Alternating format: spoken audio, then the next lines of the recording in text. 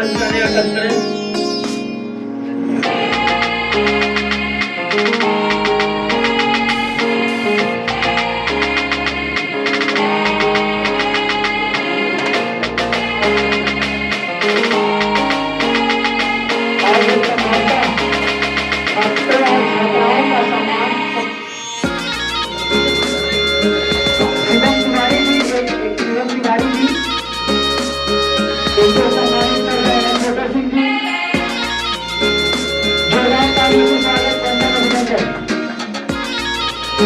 बच्चों के बाद जो बच्चों को लायक बनाते हैं, बच्चों को आगे ला जाते हैं, वैसे जो हमारे बीच शिक्षक मौजूद हैं, राय रखेंगे।